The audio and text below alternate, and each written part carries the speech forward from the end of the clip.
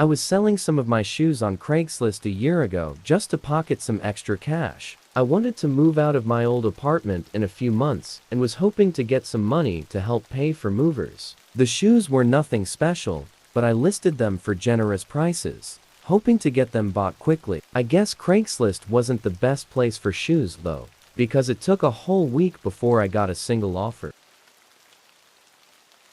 It was some guy whose email had the name John K. in it, and he offered just $5 less than my listing price. It seemed like an unnecessary adjustment to the original price, but I didn't want to keep waiting for more offers. So, I wrote him back, saying I was okay with that.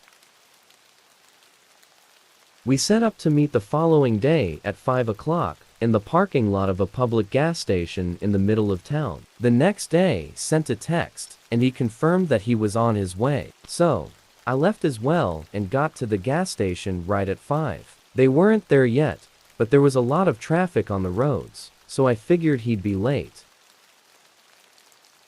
I sat in my car patiently, and over the course of 30 minutes, the road cleared up, and the sun started coming down. Then John finally pulled in. He drove a small sedan with none of the headlights working and resembling something from a scrapyard. He parked next to me and got out.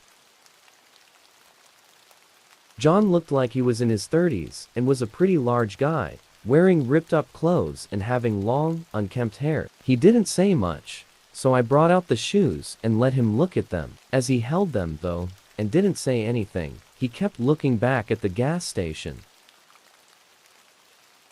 I don't know what he was looking at, but after he checked over his shoulder multiple times, I glanced over as well. The gas station was empty aside from one guy putting gas in his car, but otherwise, I didn't know what he could be looking at.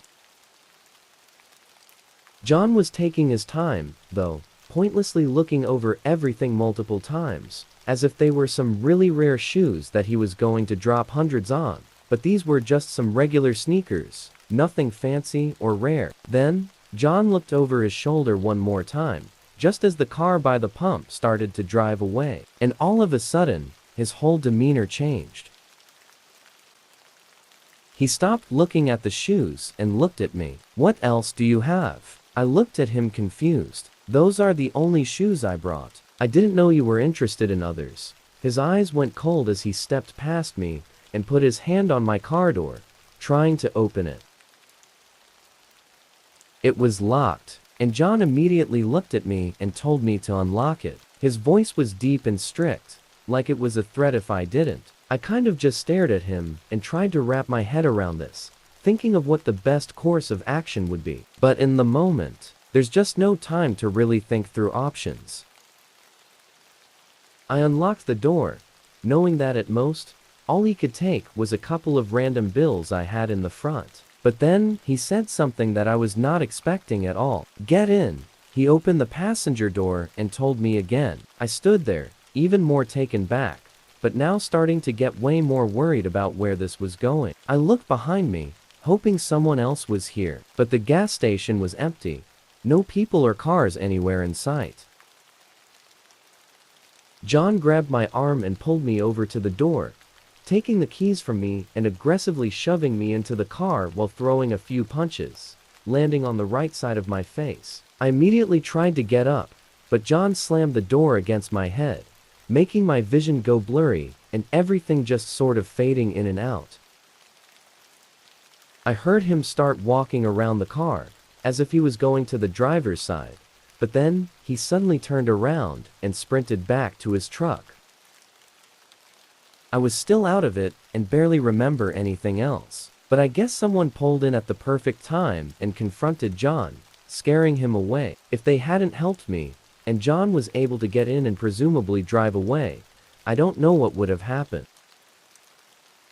Assuming his car was either stolen or untraceable to his name, then stealing my car and abducting me would have left no trace of our interaction, giving him days, if not weeks, to do whatever it was he planned before anyone would even come looking.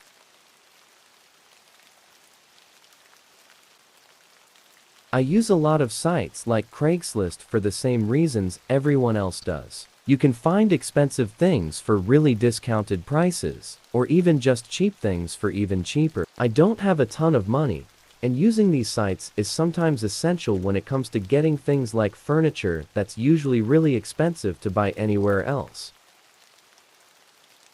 This happened when I was looking around for a dining room table. Ours was really old, and my whole family used it as a place to eat and as a workspace, so it's been through a lot over the years.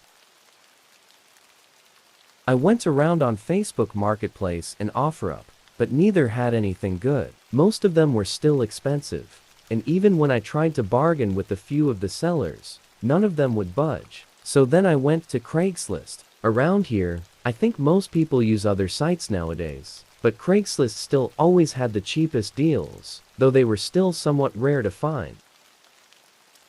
But almost as soon as I opened up the site and hit enter on the search bar, a really good listing showed up. It was a very basic wooden dining table that didn't have much wear on it, and the seller posted it for only $100 compared to the $400 to $500 everyone else was listing things for. This was a steal. I sent a message saying I'd love to check it out and would be willing to pay the full price. He didn't reply immediately, so I just took a break and hung out with my kids until around 7 o'clock when they went to their rooms to get ready for bed. I went back to my laptop and found a response from just a couple of minutes ago. It was a very quick few sentences saying he was sorry, but the table was going to be thrown out tomorrow morning.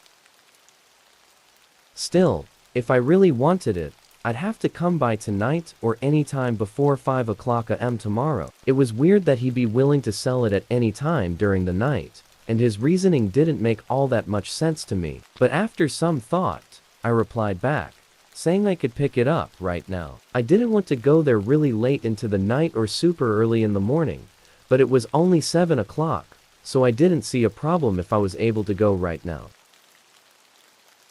The man replied quickly, agreeing and sending the address. It was only 10 minutes from my place, so I let my wife know what was going on and where I'd be, then headed out. From context clues, you probably already know that I don't live in a lavish area. So when I say the seller's house was really worn down, I mean, it was really worn down. It was small like the others in our area, but the yard was full of trash and random other things, surrounded by a thin chain link fence. I parked on the side and opened the fence, walking through the yard and up to the door, which was already open. I could hear some people talking and laughing. I peeked inside and gave a light knock on the door. Right away, a man came around the corner and invited me in. He looked like he was in late college, somewhere in his mid-20s. As I stepped inside, though, I couldn't help but notice how disgusting the whole place was. There were beer cans lying around and stains in the carpet. It looked like a really poorly taken care of house where they had probably hosted hundreds of college parties. The man was very laid back, casually walking me down the hallway and into the kitchen while talking about how he didn't have room for the table anymore. When we got to the kitchen, there were two other men, looking about the same age and standing against the wall, seemingly in the middle of a conversation. Next to them was the table. Somehow it looked almost untouched.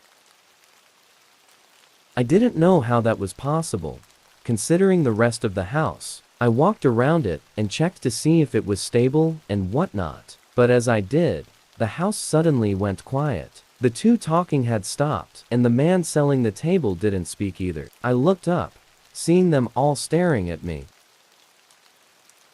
Did I do something? I asked, looking around at each of them. When my eyes fell on one of the men closest to me, though, I noticed that his pupils were massive, something that only being drugged up could achieve. But what he was on, I didn't know. Regardless, in that moment, I knew this wasn't right. Not only was this getting strange, but I didn't want to buy a table that's been in this kind of house and used by these sorts of people. I think I'm going to pass on it. Thank you, though, I said softly. I started walking toward the hallway, but one of them stepped in front of me. He didn't say anything. He just stood there, blocking the way out. Something about the way they were all looking and acting. I could tell that whatever this was planned out, and they likely never meant to sell the table. My face fell with fear as the anticipation of just standing there surrounded by these strangers began to overwhelm me. But then one of them stepped over and whispered something in the other's ear, and they moved aside, still not saying anything. I cautiously walked between them, hurrying down the hallway and out the door. A lot of things went through my head on the drive home. I knew that they were planning something horrible, but what that was, and why they ended up letting me go, not so sure of. When I got home, I told my wife, who convinced me to call the police and report it, but they couldn't do anything without anything having happened. So whatever those men were planning, I'll probably never know. I just hope someone else doesn't have to find out.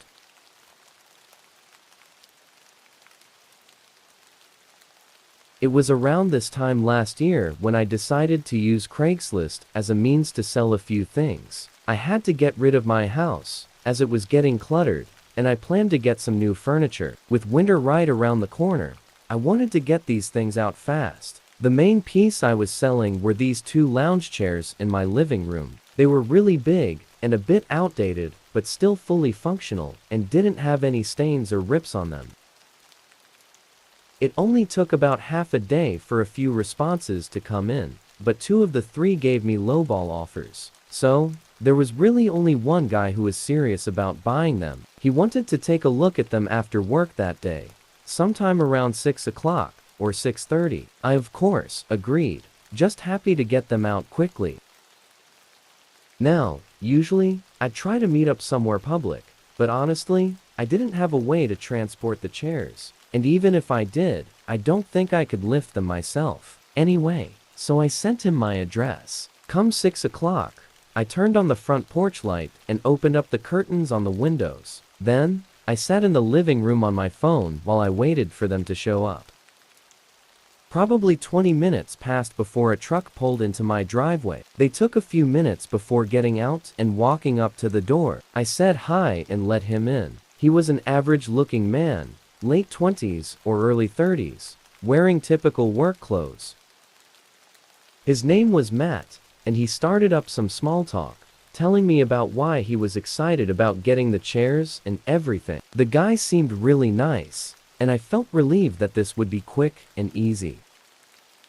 He walked around the chair and sat in it, seeming to enjoy it. We talked about the price, and he was good to give me what I listed it for. But just as we were about to exchange cash, we both heard a car door slam shut. It sounded like it was right in the driveway where he'd parked his truck. Matt quickly went outside to check on it, and I just watched, not really sure what was going on.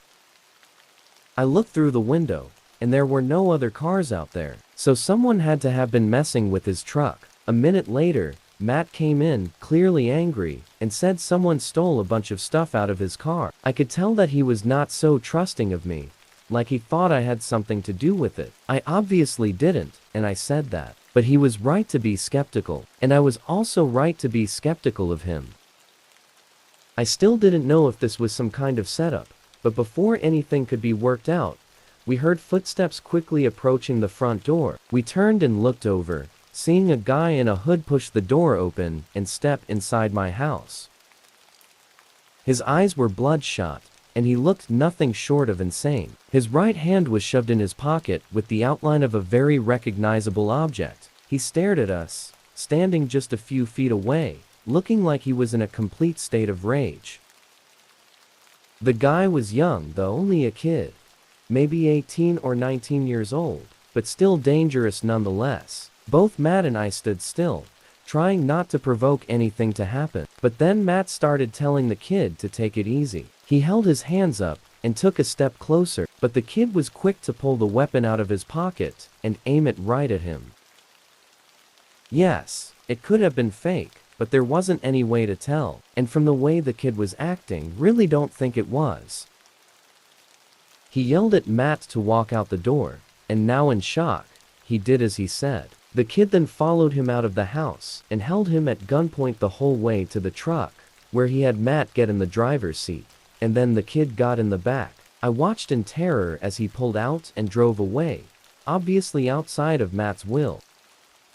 As soon as they were gone, I called 911, then ran to my car and tried to follow them while describing what was going on to the operator, but they were gone, and I couldn't find any sign of them. Police ran an investigation using the information I had to quickly identify who Matt was and his truck's license plate. Over the next couple of days, I was just waiting for a call, but that call never came. Both Matt and his truck still have never turned up.